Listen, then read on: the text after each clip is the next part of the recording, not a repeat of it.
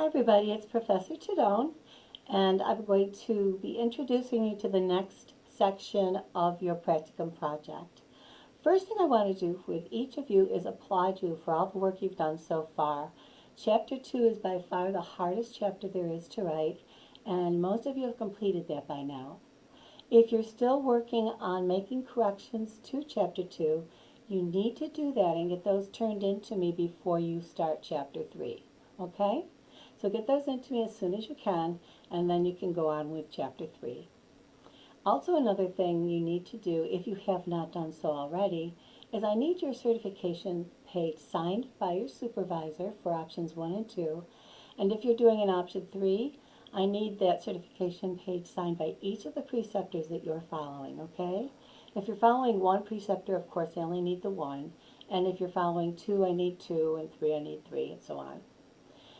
Now, going on to Chapter 3, I'm going to show you the Moodle in a little bit and where to navigate for this. But just to let you know, Chapter 3 is not scary, and it's probably the easiest chapter there is to do. There will be 2 tables in this chapter. There will be an introductory paragraph and a concluding paragraph. After the introductory paragraph, you're going to be doing Table 1, which is the force field analysis. And then you're going to do Table 2, which is your timeline. The timeline is very specific, and it's based on your chosen theorist, and you must use the template that we provide for you. I wanted to make sure everybody understood that, so you don't go ahead of the game and try to complete this without first seeing exactly what you need to do, okay? So let's get into up to the top here, just to make sure you're in the right spot. And that is the 116, of course, Library Practicum. You're going to scroll all the way down until you get to right here, Objectives for Chapter 3. Once you turn this in, I will critique it as I have with the rest and return it to you, either for correction or to retain for your final project. The objectives for this week are pretty simple. The objectives, we want to make sure that you've completed the first 2 chapters and that they're already done. And we need to make sure that your force field analysis is in and your plan from implementation. So this is what we're going to be working on now. There's a Chapter 3 overview here, which will tell you pretty much exactly what Chapter 3 needs, okay? So pick that up and look at this, and it will tell you what you need to do for your Chapter 3. You're going to have an introductory paragraph. That's only 1 or 2 paragraphs for your introduction. If you have more than 1, it's okay, but if you have like 2 or 3 pages, that's way too much. The first table is called your force field analysis, and we talked about this earlier. For your force field analysis, you're going to be completing that here. So let's first of all start, we'll put up here, we'll put in, make sure we've got a 12 font. There's a Roman. I'm going to put my pages in before I do anything else. I'm going to insert page number, top of page, and you could use any of these. I like this one here. And then you put name of your project here.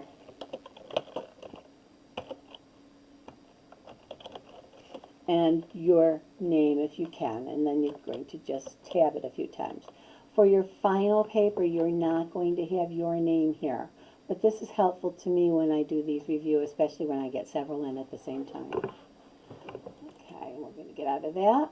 We're going to make sure this is back to 12, back to your Times New Roman. That should stay now.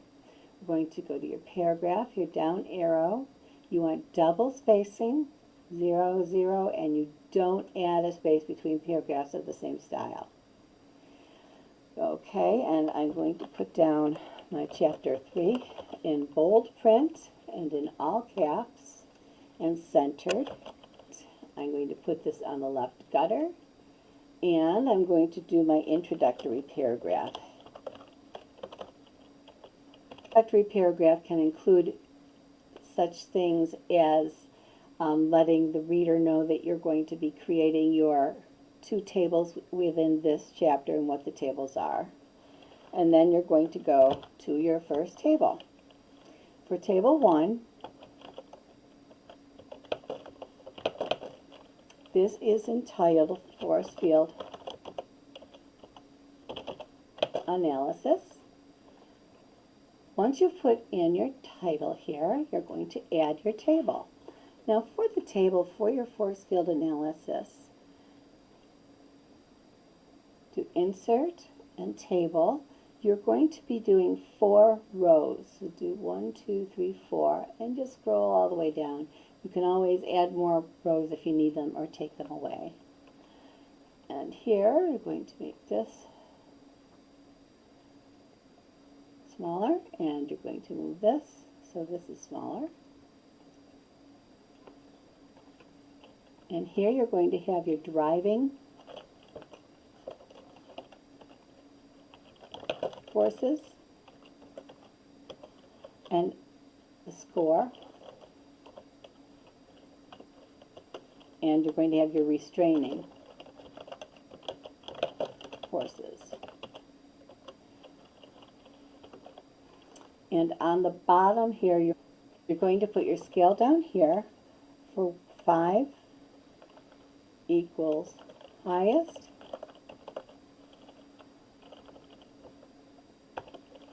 and 1 equals lowest. This is what's called a Likert scale. Okay, so you've got your highest, your lowest, driving forces and restraining forces. For your driving forces, you're going to start out here with the things that are most pertinent to this particular project. Let's say you're doing yours on bedside rounding, and one of your driving forces may be,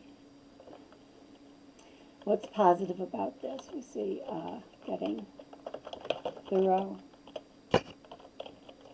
reports. And that might be very important. That might be a very good driving force.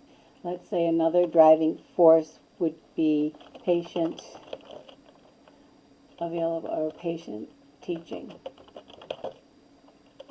Might be a 2, because you might do some patient teaching while you're doing your force here. Okay, and we're going to have another driving force, might be less time reading chart for information. That's worth a 4, and here everyone's on the same page.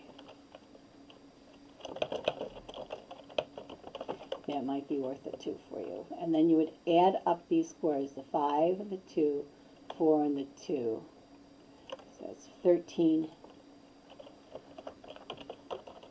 total points. Restraining forces, the things that you don't like about this. Too much time to train. Let's say that's worth a 2. Let's say staff resistant to change. Say that's a 4. And let's do one more, patient confidentiality breach, when you're doing this for a room with more than one patient in it. Let's say that's a 3. So you're going to add this up. So we're going to see that our driving forces, I like to highlight these too. When I highlight those, go like that, and just go here and choose a nice soft color. Okay. So my driving forces, we see the total is 13, outweigh our restraining forces. And you're going to talk about that after this. You're going to include, put in paragraph to discuss your force field analysis.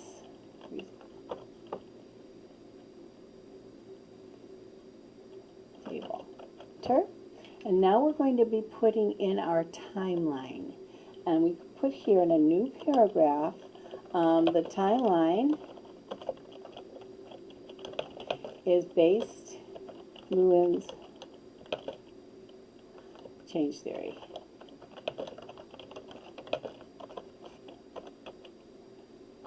And then you can put a little bit here about the amount of time that you're putting in.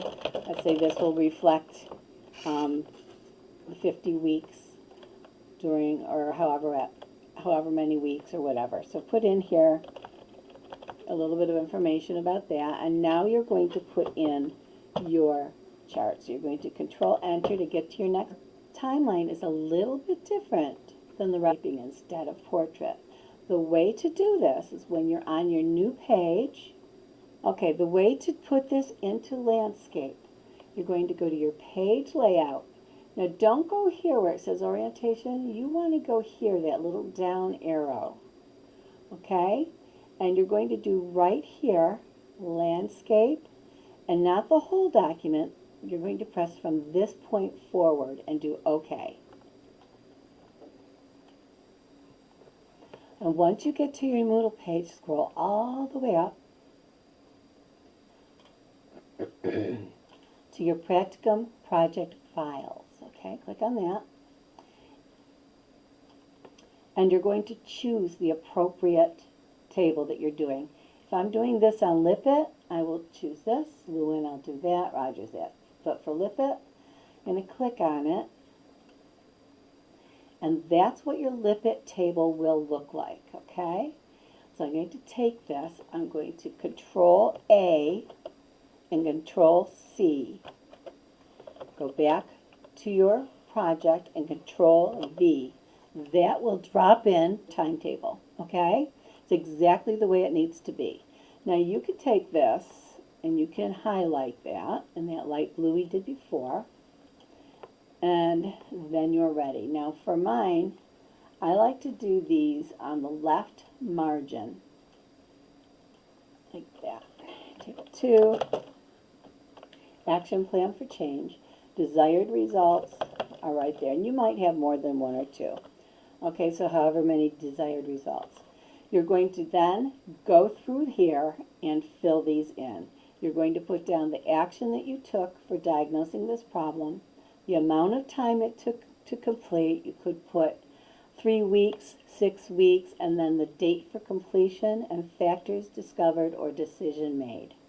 Okay? So you could do that all the way down. For this particular theorist, we have 7 different things to put in. Now these are going to be in chronological order. So you're going to put down, let's say it's going to take you 2 weeks. And we anticipate completing this October 2018, okay? And then you're going to put in the left what you discovered during this time regarding diagnosing the problem. Okay.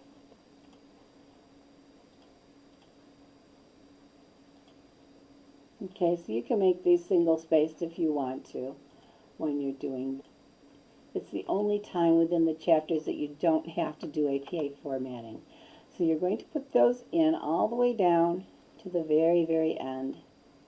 Then when you're done, you can put this back into the right formatting, okay? So when you get to your new page, your new blank page, go to Page Layout, Page Setup, down arrow, and you're going to go back to Portrait for this point forward. Do OK. There you go. And now you could start typing more. And I would put for here, concluding paragraph. You're going to have some things that you're not able to put in an exact date because you're thinking it hasn't come to that point yet. So when you do this, these are anticipated dates. They may not be what you end up with, but these are the dates you are anticipating for being able to get these steps done, okay? And this goes for all of the other theorists also. That is Chapter 3. Once you're done with Chapter 3, put it in the Dropbox, of course. I will critique it and send it back to you with any recommendations.